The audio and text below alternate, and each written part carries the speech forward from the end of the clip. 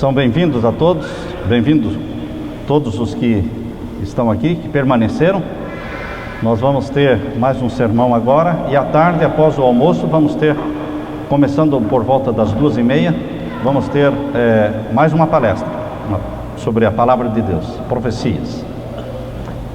Nós, antes de iniciarmos o segundo sermão, eu gostaria de responder algumas perguntas que foram feitas em particular.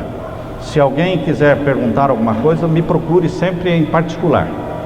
Nós não vamos abrir para perguntas, mas quem quiser perguntar, pergunte em particular ou escreva no papel alguma pergunta e a gente pode responder isso.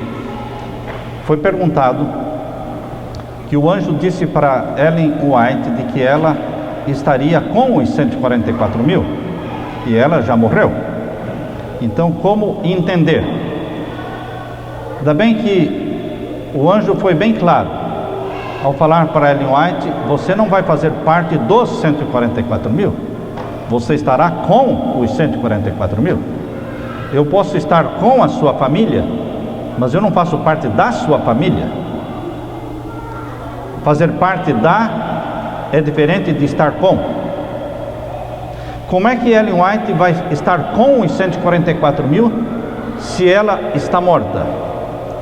Nós temos uma ressurreição especial, onde todos os que morreram na fé da mensagem do terceiro anjo, ou seja, desde 1844 para cá, todos esses santos que morreram vão ressuscitar na ressurreição especial, e vão ressuscitar glorificados, e eles vão ser um apoio, um conforto espiritual para os 144 mil que estão sendo perseguidos, sentenciados à morte, e para a grande multidão que está sendo perseguida também, está sendo sentenciada à morte.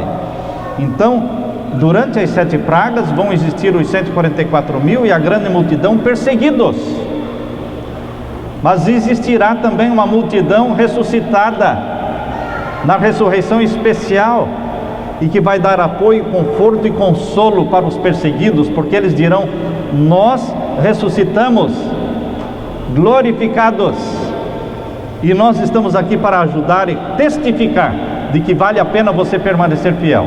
Em breve Jesus vai voltar. Aquilo que... Pode baixar um pouco o volume? Um pouquinho só. Aquilo que os que ressuscitaram com Jesus... Tá bom, aí foi muito. Lembra-se você, aqueles que ressuscitaram com Jesus foram um apoio e um consolo para os discípulos decepcionados pela morte de Jesus, correto? Eles estavam decepcionados pela morte de Jesus. Os 144 mil também, a grande multidão, vão estar sendo muito perseguidos, sentenciados à morte. Mas assim como aqueles ressuscitados, glorificados no tempo de Jesus, foram um consolo para os discípulos decepcionados, também aqueles que vão ser ressuscitados na ressurreição especial vão ser um consolo para os 144 mil e para a grande multidão de salvos vivos. Por isso Ellen White vai estar com os 144 mil, e todos os outros vão estar com também, e vamos assistir à volta de Jesus vivos. Queridos, antes de iniciarmos o estudo que vamos fazer agora, que é sobre os 7 trovões, vamos orar mais uma vez, assentados como estão. Pai Santo, estamos na Tua presença, pedimos que o Senhor derrame o Espírito Santo sobre nós, que o Espírito Santo abra a nossa mente para entendermos o Apocalipse capítulo 10, a voz dos 7 trovões, e entendermos o que o Senhor tem a nos ensinar, a nos preparar para este grande evento que é a volta de Jesus, que é a mais bendita esperança que nós temos. Querido Jesus, abençoe cada um que aqui está, em nome Teu pedimos e agradecemos, amém, Senhor. Abra sua Bíblia então, irmãos, em Apocalipse capítulo 10. Apocalipse capítulo 10 é o DNA da Igreja Adventista do Sétimo Dia.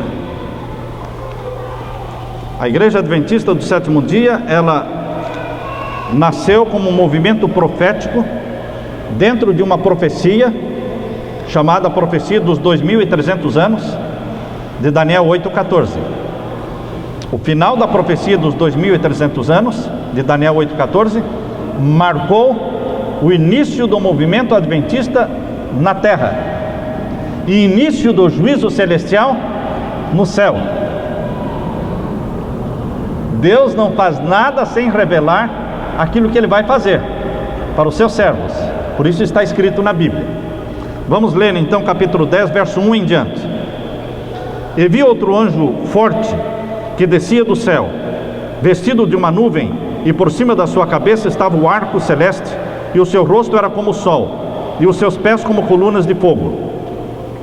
E tinha na mão um livrinho aberto.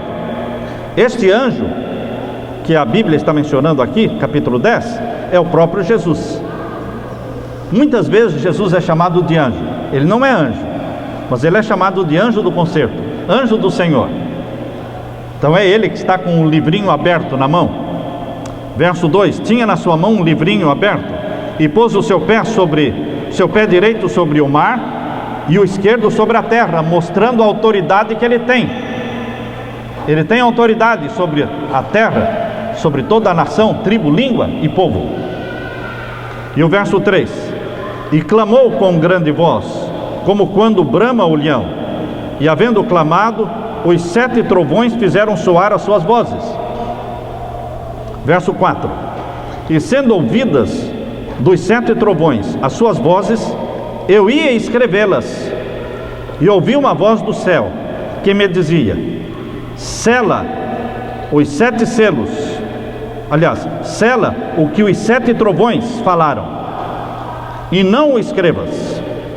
E o anjo que vi estar sobre o mar e sobre a terra levantou a sua mão ao céu e jurou por aquele que vive para todo sempre, o qual criou o céu e o que nele há, a terra e o que nela há, o mar e o que nele há, que não haveria mais demora.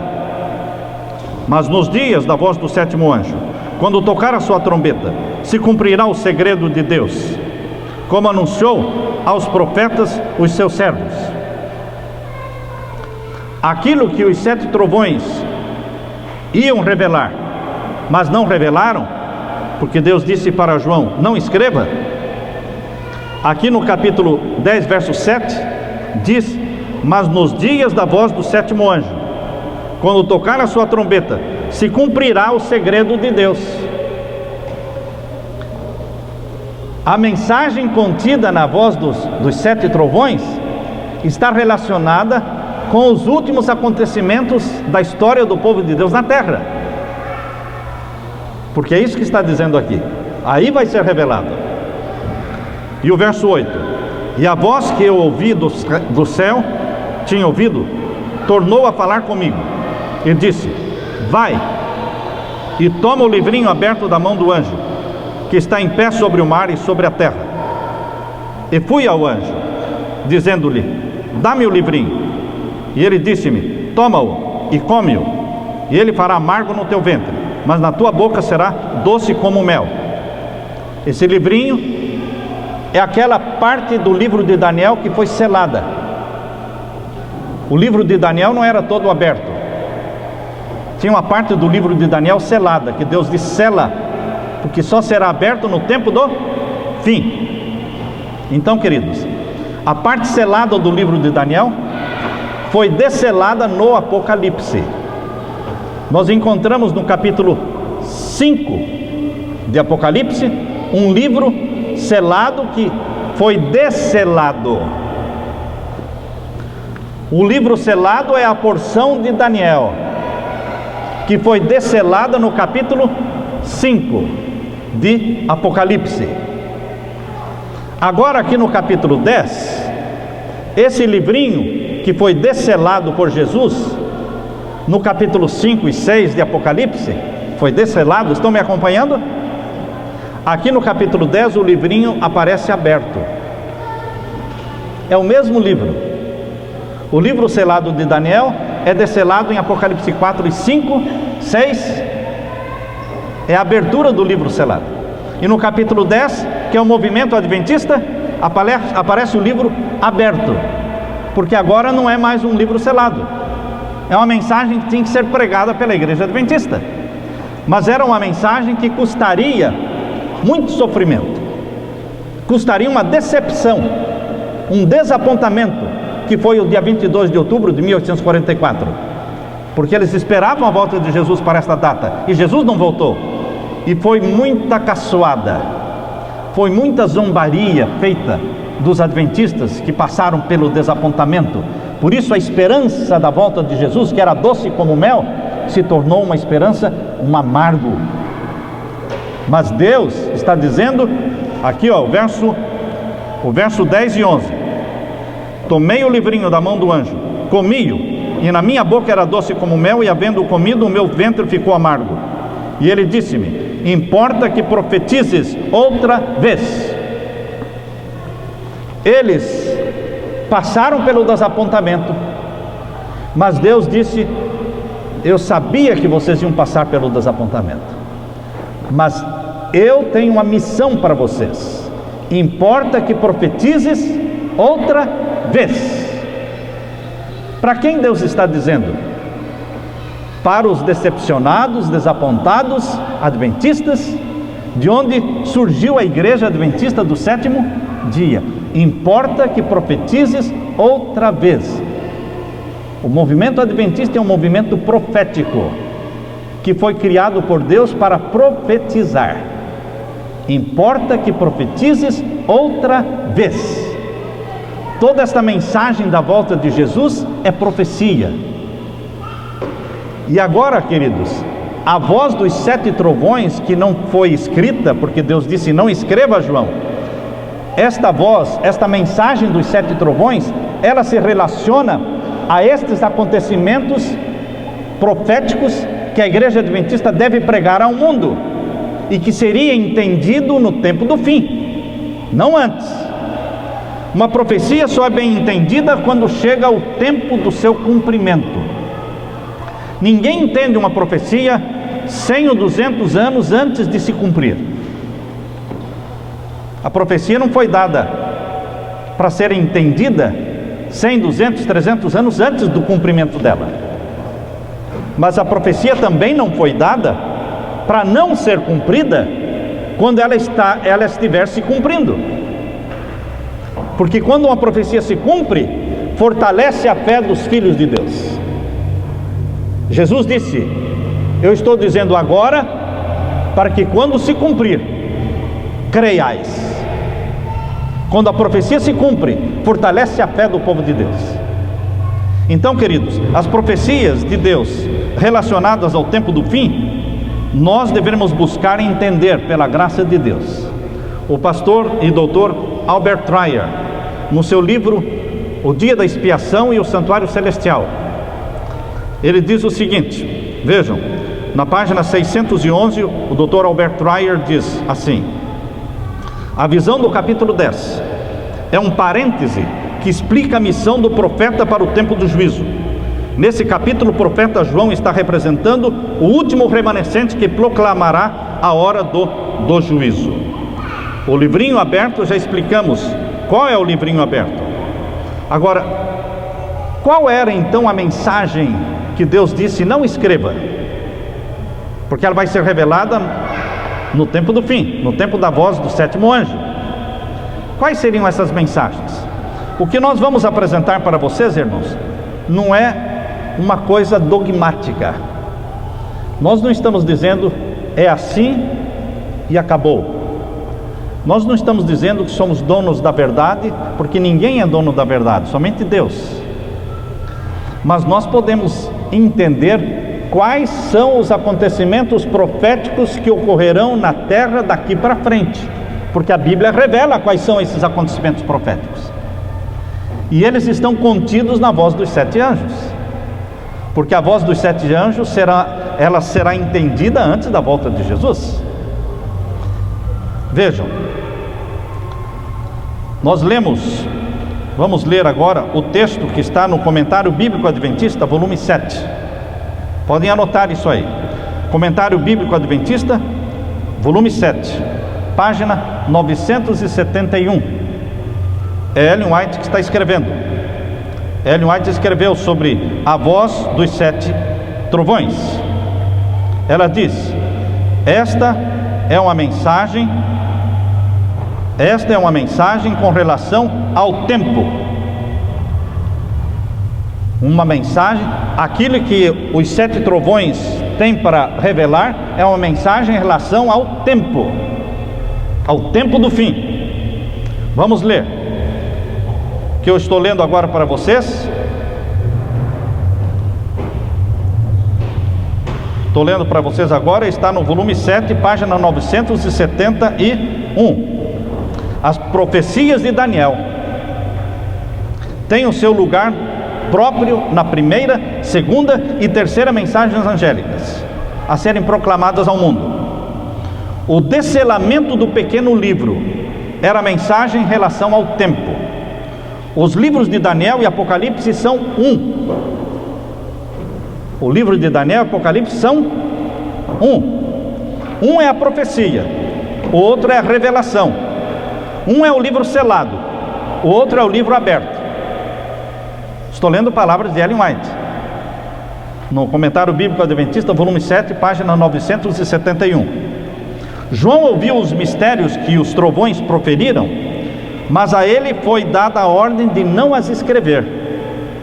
A luz especial dada a João, a qual foi expressa nos 7 trovões, foi a delineação dos eventos que ocorreriam sob a primeira, segunda mensagens angélicas.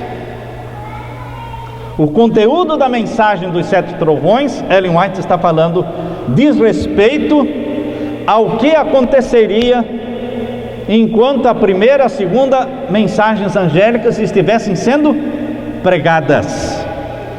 Não seria bom para o povo saber essas coisas, pois a fé deles precisava ser devidamente testada.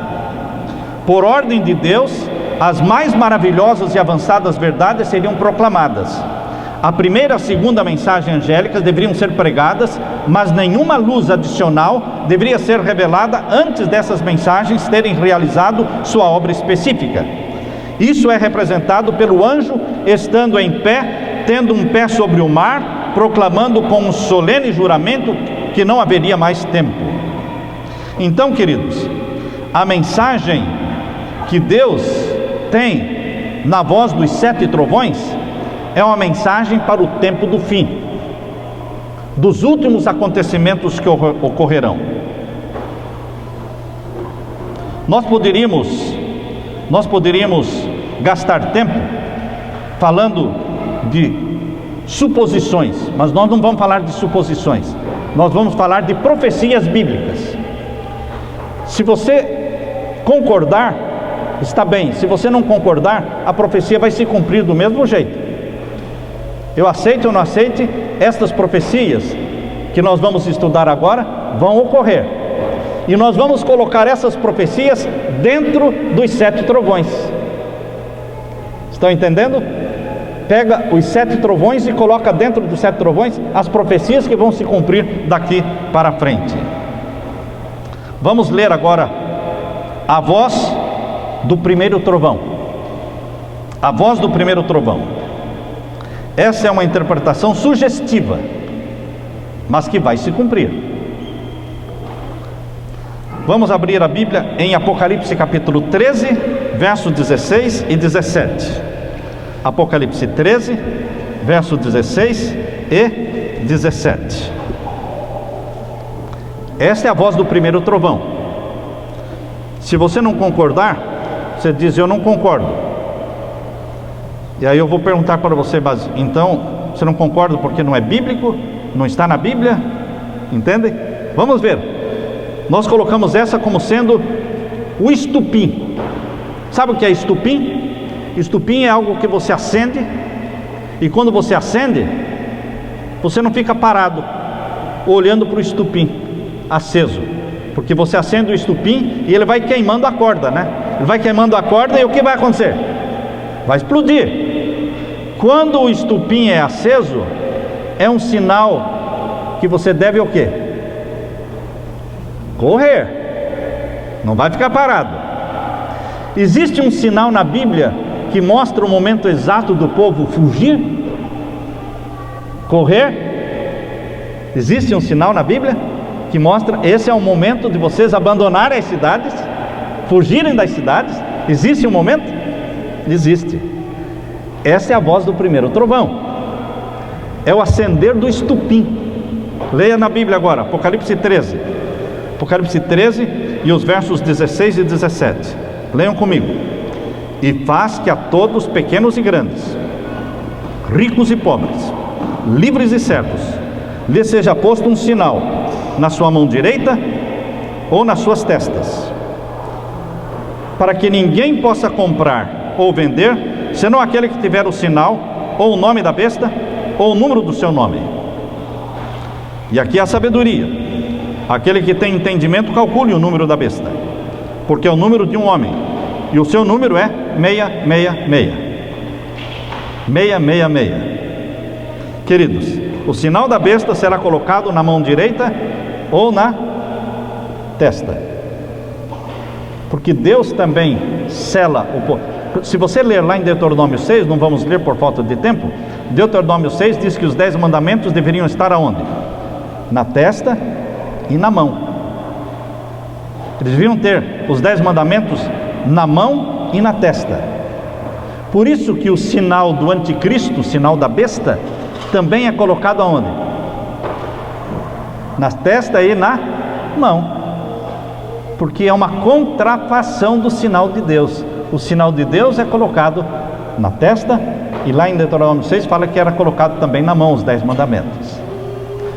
Vejam agora, quando as principais igrejas dos Estados Unidos, ligando-se em pontos de doutrinas que lhes são comuns, influenciarem o Estado para que imponha seus decretos e lhes apoie as instituições, a América protestante terá então formado uma imagem da hierarquia romana, e a inflição de penas civis aos dissidentes será o resultado inevitável.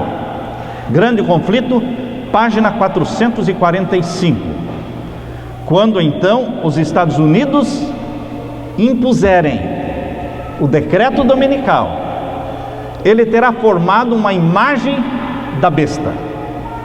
Ele terá formado um sistema semelhante ao do Vaticano, do papado, e haverá perseguição. A América protestante formará uma imagem da hierarquia de Roma, e virá perseguição inevitável. Grande Conflito, página 445. Ainda continuo lendo, irmãos. O Grande Conflito, página 579. Vocês podem ir anotando tudo isso aí. Grande Conflito, página 579. Mostrou-se que os Estados Unidos são o poder representado pela besta com 2 chifres, de Apocalipse 13:11, e que esta profecia se cumprirá quando os Estados Unidos impuseram a observância do domingo, que Roma alega ser um reconhecimento especial da sua supremacia. Os Estados Unidos estão fazendo tudo para agradar o Vaticano. Convido o Papa para comemorar o aniversário dele na Casa Branca. Isso aconteceu com Bento XVI em 2008. Convido o Papa Francisco para falar para o Congresso americano. Isso aconteceu há poucos meses atrás.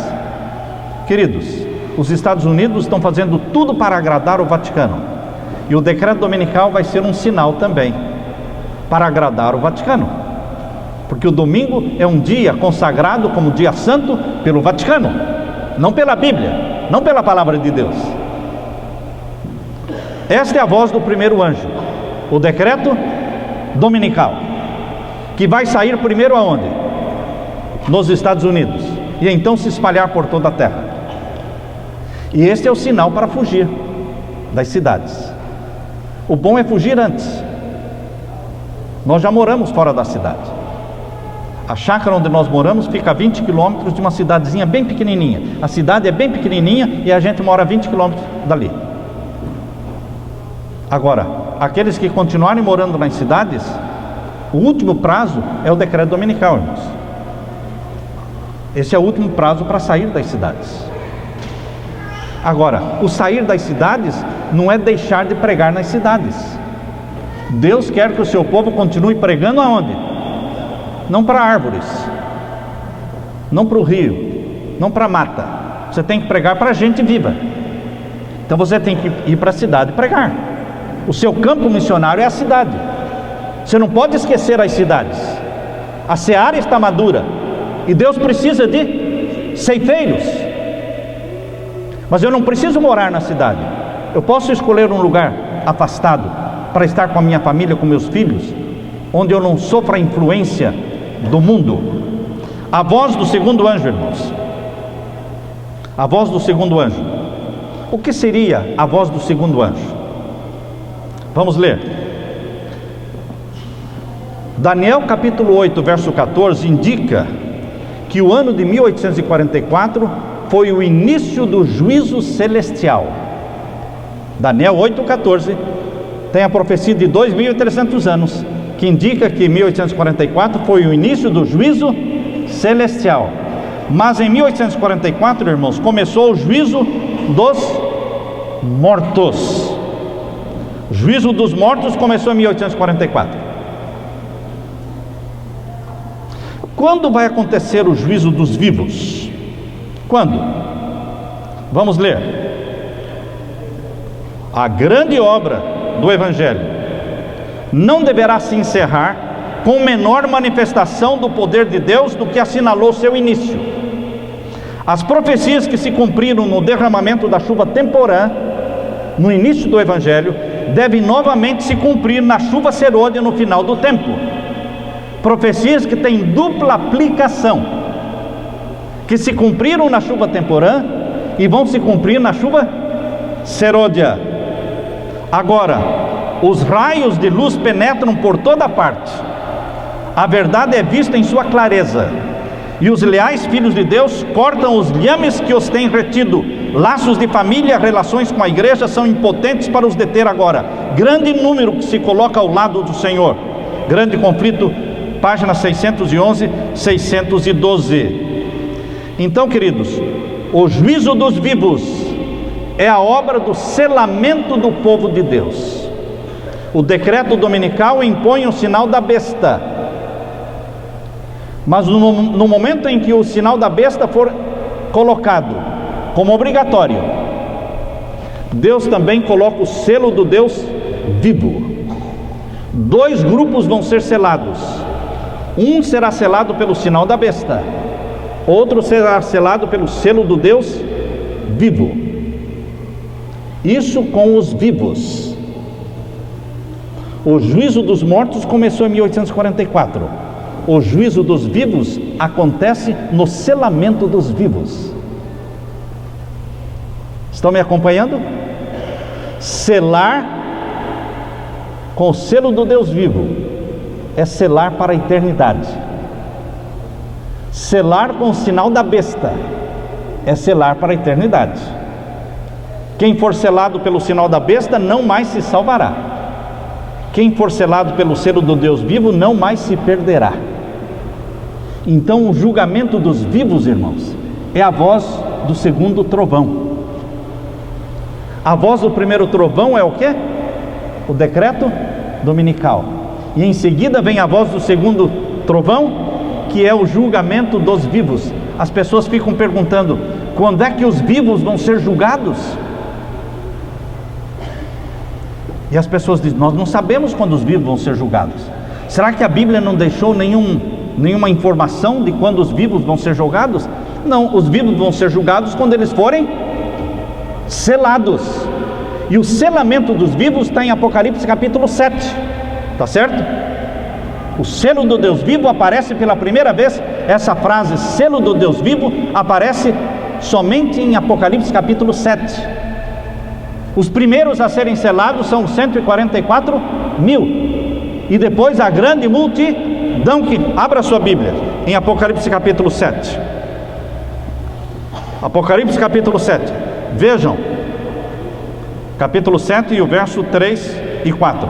Dizendo: não danifiqueis a terra, nem o mar, nem as árvores, até que hajamos assinalado nas suas testas os servos do nosso Deus. e ouvi o número dos assinalados, que eram 144 mil. Agora veja o verso 9. Verso 9: depois destas coisas, depois que Deus mostrou as primícias sendo seladas, o que é que Deus mostrou para João? Verso 9: depois destas coisas, olhei, e eis aqui uma multidão. Agora não são 144 mil, agora é uma multidão que ninguém podia contar, de todas as nações, tribos e povos e línguas, que estavam diante do trono e perante o Cordeiro, trajando vestidos brancos e com palmas nas suas mãos. Quem vai passar pela grande tribulação? Só a grande multidão ou também os 144 mil? Vejam o capítulo 7 e o verso 13. Verso 13: e um dos anciãos me falou, dizendo: estes que estão vestidos de vestidos brancos, quem são e de onde vieram? Quem é que está vestido com vestidos brancos? Só a grande multidão ou também os 144 mil? Os dois grupos estão vestidos de vestidos brancos. São os dois grupos mencionados dentro do capítulo 7.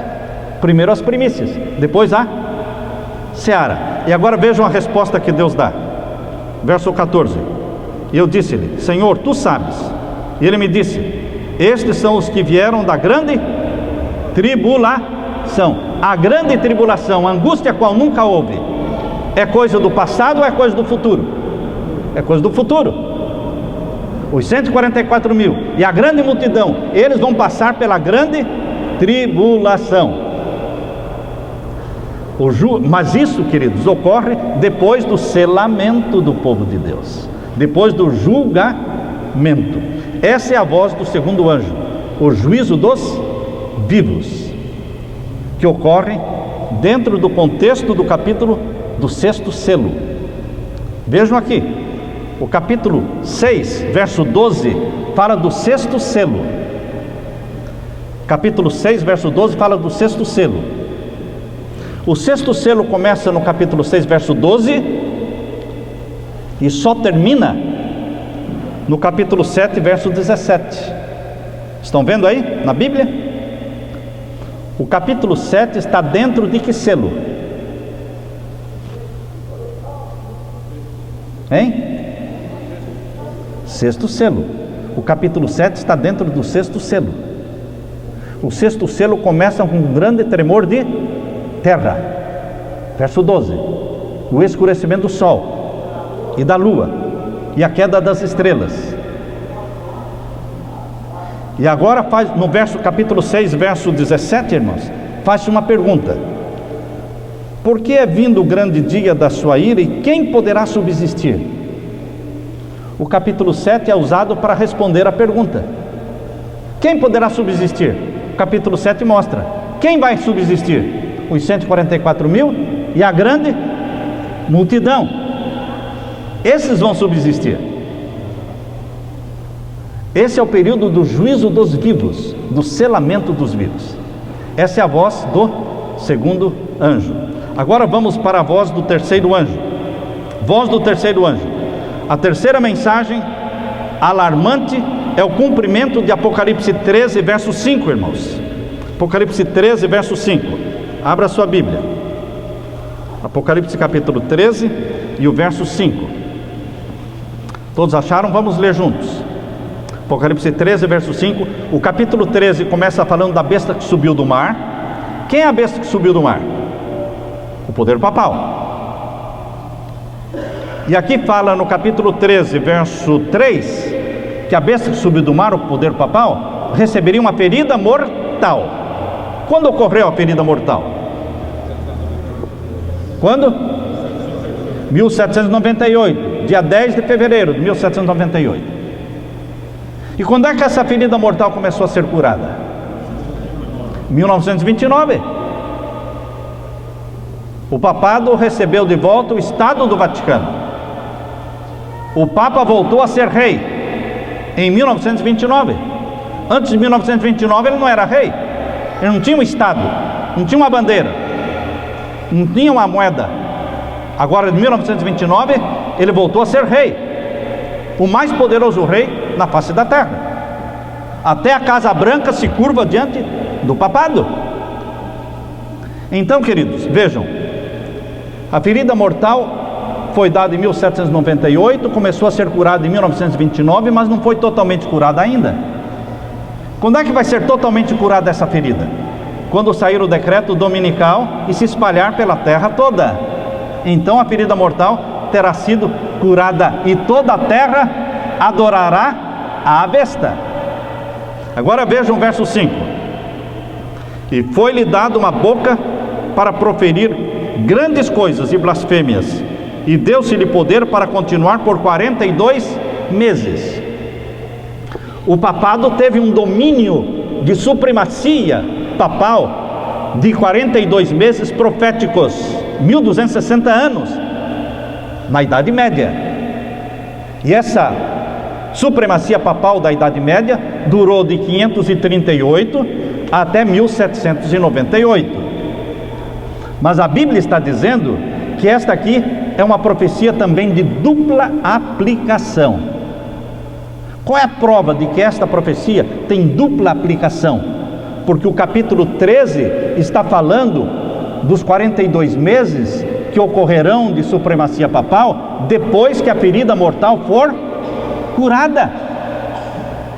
O assunto do capítulo 13 é a cura da ferida mortal. E ele voltará a dominar o mundo por mais 42 meses.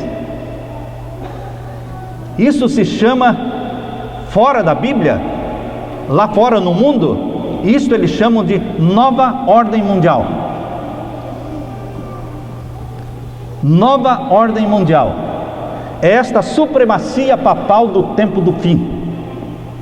E por quanto tempo será? 42 meses. Esta é a voz do terceiro anjo. Essa é a voz do terceiro anjo. É uma sugestão para você. Se você concordar, está bem. Se você não concordar, a profecia vai se cumprir da mesma forma. Agora, por que o papado, que é o anticristo, ele quer ter uma supremacia papal de 42 meses? Por quê? Porque Cristo teve um ministério na terra de 42 meses.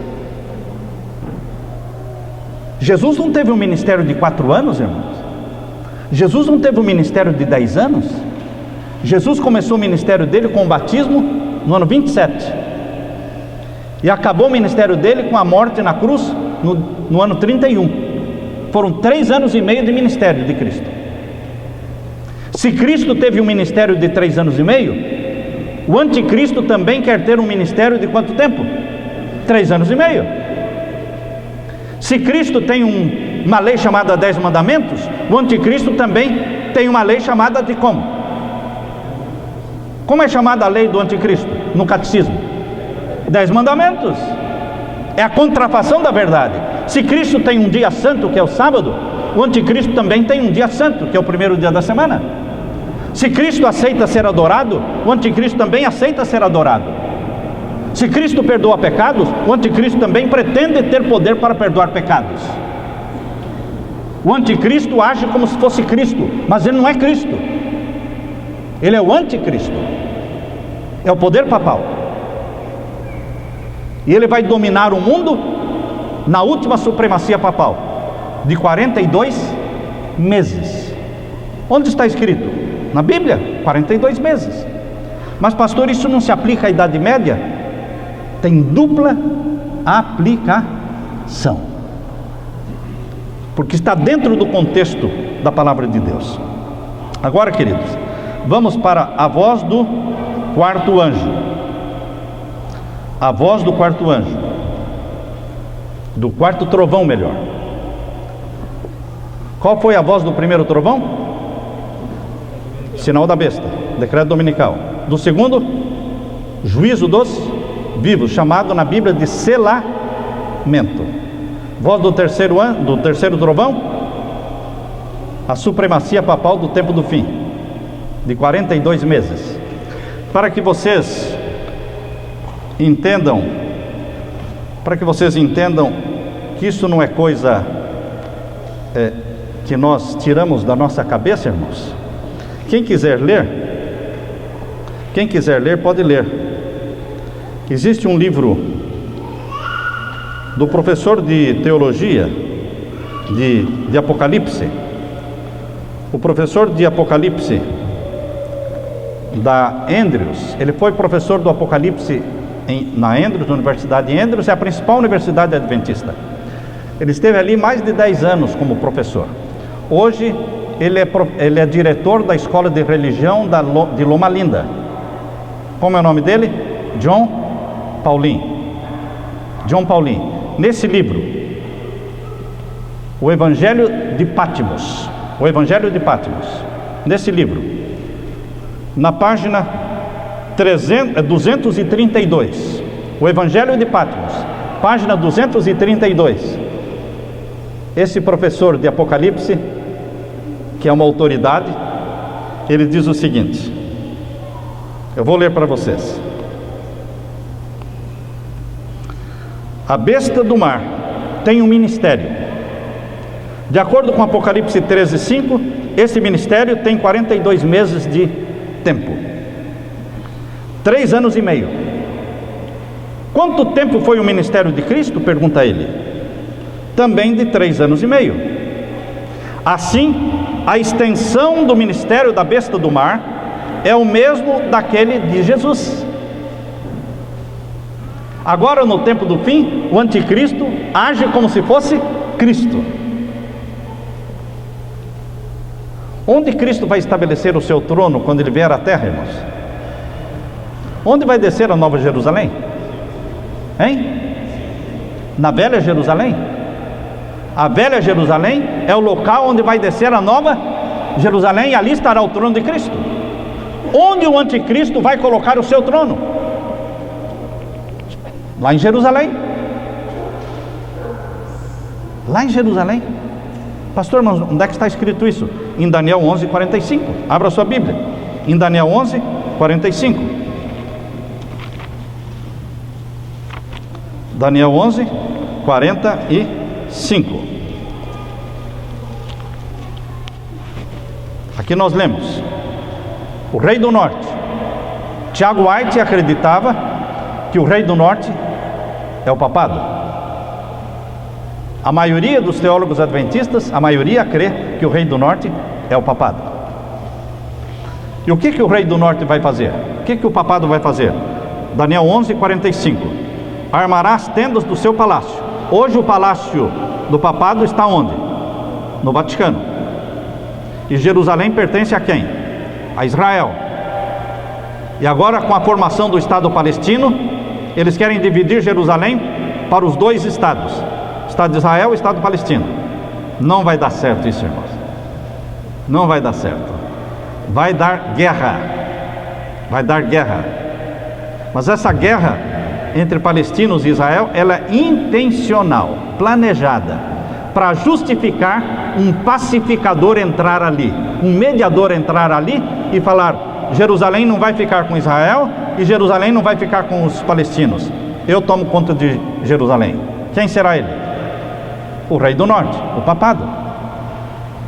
Veja aí o capítulo 11, verso 45. Que o rei do norte, que é o papado, armará as tendas do seu palácio aonde? Entre o mar grande. A outra tradução diz mar Mediterrâneo. Entre o mar grande e o monte santo e glorioso. Essa área entre o monte santo e glorioso e o mar Mediterrâneo, este é o território de Israel. Quem vai armar as tendas do seu palácio no território de Israel? O rei do norte. Quem é o rei do norte? O papado. Quando ele fará isso? Depois do decreto dominical, durante os 42 meses. Ele quer reinar como se fosse Cristo, mas ele não é Cristo, ele é o anticristo. Estão percebendo, irmãos? Mas quando acontecer isso, diz o finalzinho do verso 45.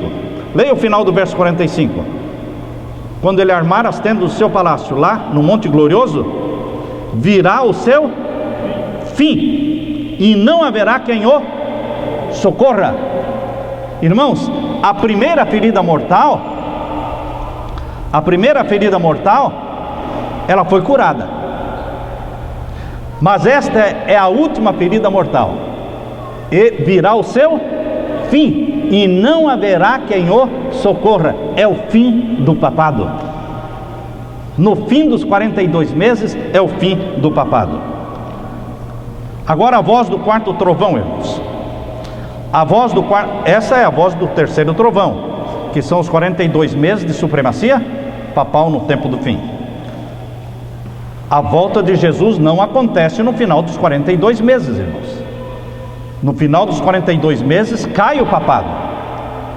E quem vai assumir o controle do planeta Terra quando o papado cair?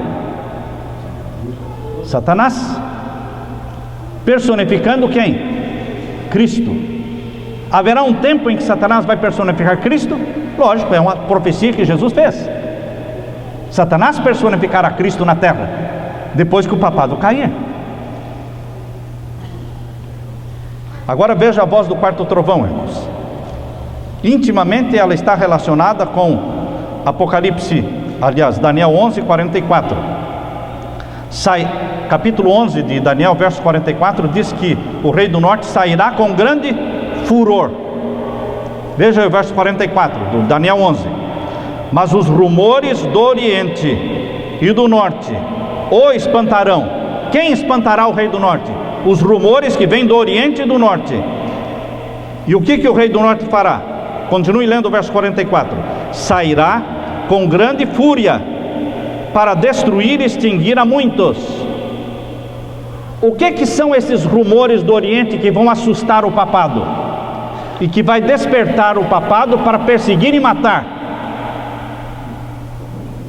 A pregação das 3 mensagens angélicas, o alto clamor, que é a voz do quarto anjo de Apocalipse 18. O anjo do Apocalipse 18, que é o alto clamor, sai dela, povo meu, prega uma mensagem compacta das 3 mensagens angélicas. Se alguém perguntar para você o que é a voz do quarto anjo, a voz do quarto anjo é a voz do anjo de capítulo 18 de Apocalipse, e é a mensagem do sai dela, povo meu. É a pregação da primeira, da segunda e da terceira mensagem angélicas juntas, porque as mensagens estão sendo pregadas desde 1844, a primeira, a segunda e terceira, mas agora o alto clamor, as 3 são pregadas juntas, como sendo uma só, compacta, com poder da chuva serôdia do Espírito Santo. Isso vai sacudir o rei do norte, o papado, e ele vai começar a matar gente. Nesse tempo os mártires vão morrer. Então a voz do quarto trovão, irmãos, se refere aos rumores do oriente, que é a pregação poderosa do alto clamor.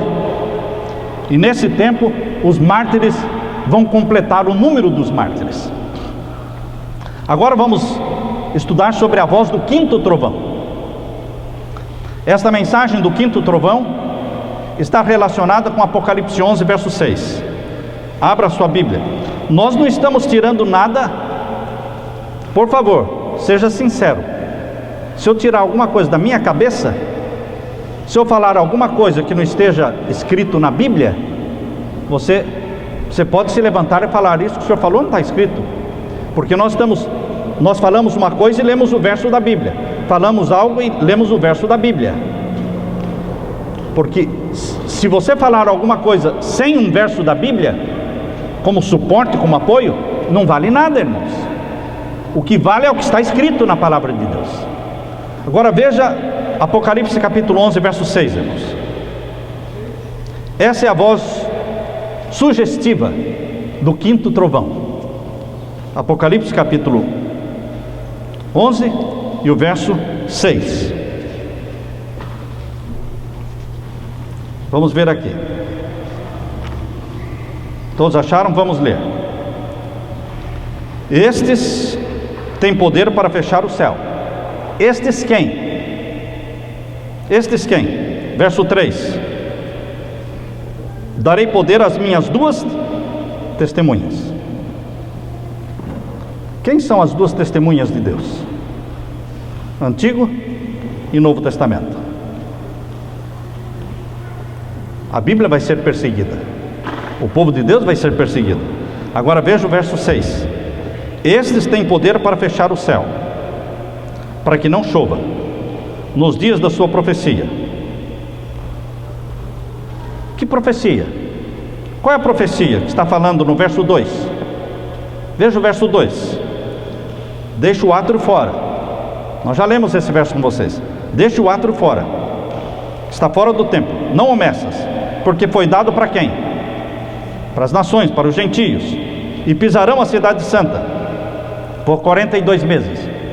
Quem vai colocar o seu trono na cidade santa por 42 meses? O anticristo. O anticristo.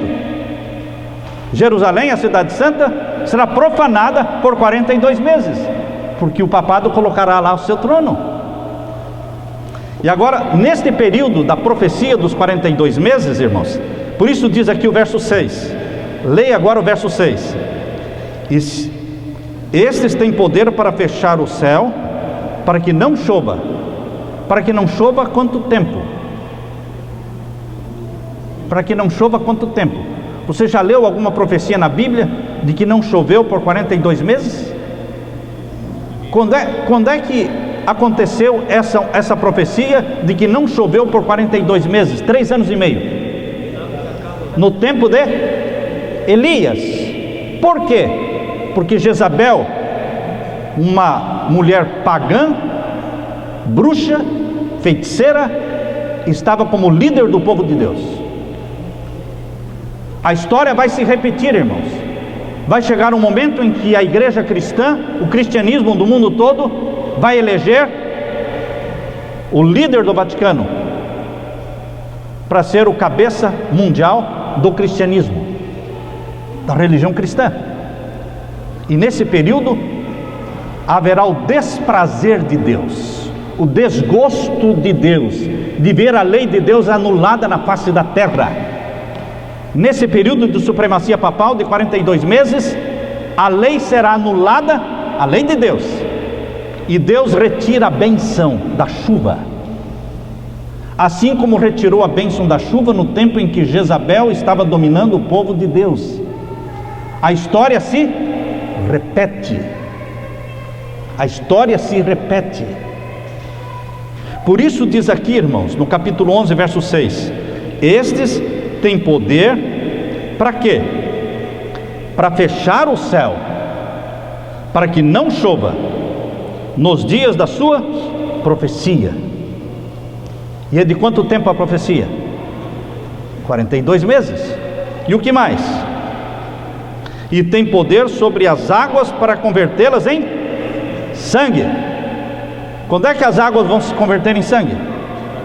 Na praga, nas 7 pragas. Está falando do tempo do fim. Está usando uma profecia de Elias, mas aplicando-a para o tempo do fim. Porque Moisés já transformou água em sangue lá no Egito. Elias já fechou o céu para que não chovesse no tempo de Jezabel e Acabe. Mas essas profecias se repetem aonde? No tempo do fim. Está muito clara a ligação. E o que mais? Verso 6, finalzinho: para ferir a terra com toda sorte das pragas, todas quantas vezes quiserem. Queridos, essa é a voz do 5º trovão. Haverá uma seca de 42 meses. Se alguém disser, não, mas essa profecia de 42 meses se refere somente ao passado, que são os 1260 anos. Eu pergunto, houve uma seca de 1260 anos? Houve? Não. Era impossível existir uma seca de 1260 anos, impossível. Todo mundo já teria morrido. Então, irmãos, esta profecia de que o céu vai se fechar e não haverá chuva, ela se cumpre com 3 anos e meio literais, com 42 meses literais. Assim como os 3 anos e meio foram literais no tempo de Jezabel, novamente os 3 anos e meio serão literais no tempo em que o papado estiver reinando em Jerusalém. Essa é a voz do 5º trovão. Agora vamos para a voz do 6º trovão. Daniel capítulo 12, irmãos. Abra sua Bíblia em Daniel capítulo 12. Daniel capítulo 12, verso 2. Agora é a voz do 6º trovão. é uma interpretação sugestiva, mas não sugestiva no sentido de que saiu da mente humana. É sugestiva para você pensar nisso, mas é baseado na palavra de Deus, irmãos. O que não está escrito na palavra de Deus não tem valor nenhum. Então a voz do sexto trovão, nós estamos sugerindo que pode ser a de Daniel capítulo 12, verso 2. Vamos ler o verso 1 e o verso 2. Naquele tempo se levantará Miguel, o grande príncipe, que se levanta pelos filhos do teu povo. Se você ler a interpretação que Ellen White faz de Daniel 12:1, ela fala aqui: quando Miguel se levanta, ele se levanta para fechar a porta da graça. O levantar-se de Miguel é para fechar a porta da graça, lançar um incensário sobre a terra e dizer: está feito. Nesse tempo haverá uma angústia, diz o verso 1. Continue lendo o capítulo 12, verso 1 de Daniel. Que se levanta pelos filhos do teu povo, e haverá nesse tempo o quê? Angústia, qual nunca houve. Qual nunca houve, né? Desde que houve nação até aquele tempo. Mas naquele tempo livrar-se-á o teu povo, todo aquele que se achar inscrito no livro. Agora vem a voz do sexto trovão, verso 2. Muitos dos que dormem no pó da terra ressuscitarão, uns para a vida eterna, outros para a vergonha e desprezo eterno. Este verso 2 de Daniel capítulo 12 está falando da ressurreição geral na volta de Jesus, ou está falando de uma ressurreição especial que ocorrerá um pouco antes da volta de Jesus? Hein? Especial. E há pessoas que ainda não sabem disso. Uma vez eu estava lá nos Estados Unidos, no estado da Virgínia, e um pastor amigo, um pastor hispano, ele disse para mim: Samuel,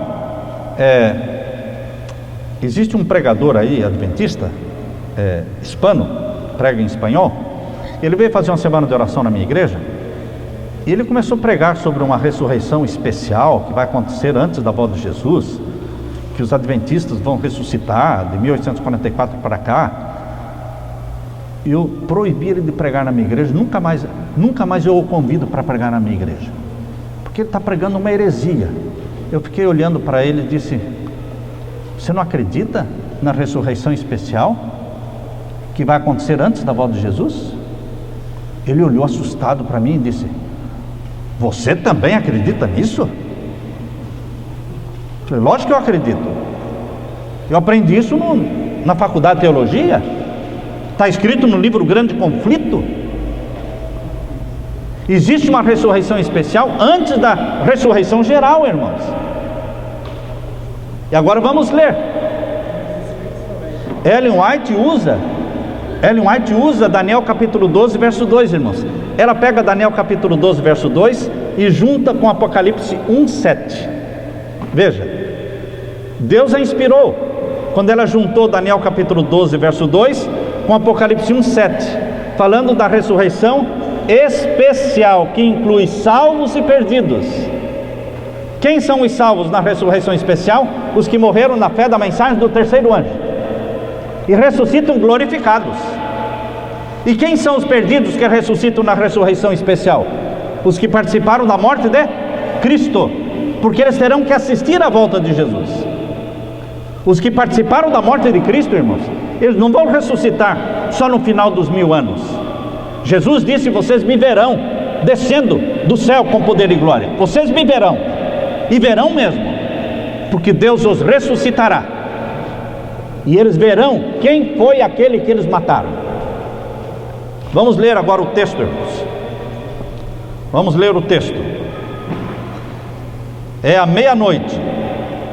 O texto que nós estamos lendo está no Grande Conflito, página 636 e 637.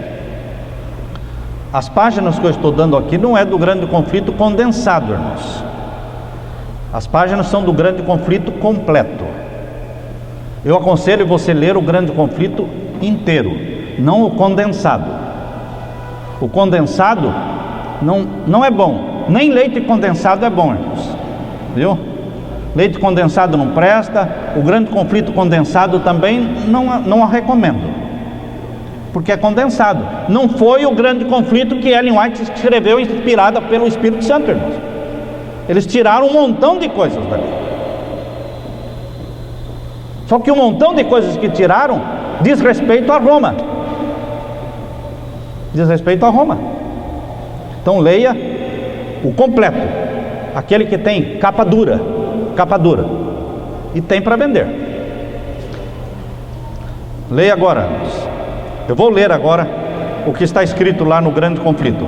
É a meia-noite que manifesta o seu poder para o livramento de seu povo. O sol aparece resplandecendo em sua força. Sinais e maravilhas se seguem em rápida sucessão. Os ímpios contemplam a cena com terror e espanto, enquanto os justos veem com alegria os sinais de seu livramento. Abrem-se sepulturas, e muitos dos que dormem no pó da terra ressuscitarão, uns para a vida eterna, outros para a vergonha e desprezo eterno. Daniel capítulo 12, verso 2. Todos os que morreram na fé da mensagem do terceiro anjo. Todos os que morreram na fé da mensagem do terceiro anjo. Quando fala mensagem do terceiro anjo, está se referindo às 3 mensagens angélicas, não só a uma. É uma expressão usada para falar das 3 mensagens angélicas. Todos os que morreram na fé da mensagem do terceiro anjo saem do túmulo glorificados para ouvirem o concerto de paz estabelecido por Deus com os que guardaram a sua lei. Os mesmos que o traspassaram, Apocalipse 1:7, os que zombaram e escarneceram da agonia de Cristo, e os mais acérrimos inimigos da sua verdade e povo, ressuscitam para contemplá-lo em sua glória e ver a honra conferida aos fiéis e obedientes. Então não são somente os que participaram da crucifixão de Jesus, irmãos. Ela fala os mais acérrimos inimigos da verdade. Quando você pensa nos mais acérrimos inimigos da verdade, você pensa num Nero que colocou fogo em Roma e culpou os cristãos e que matou muitos cristãos. Você pensa num Hitler, você pensa num Stalin. Queridos, os mais acérrimos inimigos da verdade ressuscitam nessa ressurreição especial. Eles terão que ver quem é Jesus, com poder e glória, e serão fulminados pela glória de Jesus. Mas os santos de Deus serão transformados pela glória de Jesus. A glória de Jesus que fulmina os ímpios transforma você que é mortal em imortal, você que é corrupto em incorrupto. E então se dirá: onde está, ó morte, o teu aguilhão? Onde está, ó morte, a tua vitória? Todos os justos mortos que morreram na fé da mensagem do terceiro anjo ressuscitam glorificados. Quem são eles? Alguns deles: Ellen White, Tiago White, José Bates, J.N. Andrews, John Loborough, Guilherme Miller. Queridos, uma multidão, os santos de Deus que morreram ontem, que estão morrendo cada dia, sonhando com a volta de Jesus, mas morrem antes. Eles ressuscitarão e eles assistirão à volta de Jesus. Se você morrer hoje, meu irmão, salvo em Jesus Cristo, você vai ser ressuscitado para assistir à volta de Jesus. Essa é a voz do 6º anjo. E me diga que isso não vai se cumprir. Me diga que não vai se cumprir isso. Eu morro por esta verdade. Agora a voz do 7º anjo é sugestiva, irmãos. É sugestiva, mas é apoiada onde? Na Bíblia. Não é sugestiva no sentido de que eu inventei. Não, eu não estou inventando nada. Qual é a voz do 7º anjo? Daniel capítulo 12, verso 12. Daniel capítulo 12, verso 12. Bem-aventurado o que espera e chega, até 1335 dias. Essa é a voz do sétimo anjo. O que vai acontecer no final dos 1335 dias? O que vai acontecer? Abra sua Bíblia em Apocalipse 11, verso 19. Apocalipse 11, verso 19. O que vai acontecer? Apocalipse 11, 19. Vamos ler. O verso 15, irmãos. Leia primeiro o verso 15. E tocou o sétimo anjo a sua trombeta, e houve no céu o quê? Grandes vozes que diziam: os reinos do mundo vieram a ser do nosso Senhor e do seu Cristo, e ele reinará para todo sempre. Quando for tocada a sétima trombeta, haverá uma explosão de regozijo e de alegria no céu, e dirão: os reinos do mundo vieram a ser do nosso Cristo. É o fim de todas as coisas. E o que acontece no toque da sétima trombeta? Verso 19: abriu-se no céu o templo de Deus, e a arca do seu concerto foi vista no seu templo, e houve relâmpagos, e vozes, e trovões, e terremotos, e grande saraiva. No toque da sétima trombeta, o céu se abre, e aparece no céu aberto a arca do concerto. Os 10 mandamentos de Deus aparecem. Queridos, agora vamos ler o que o grande conflito, agora o grande conflito falando.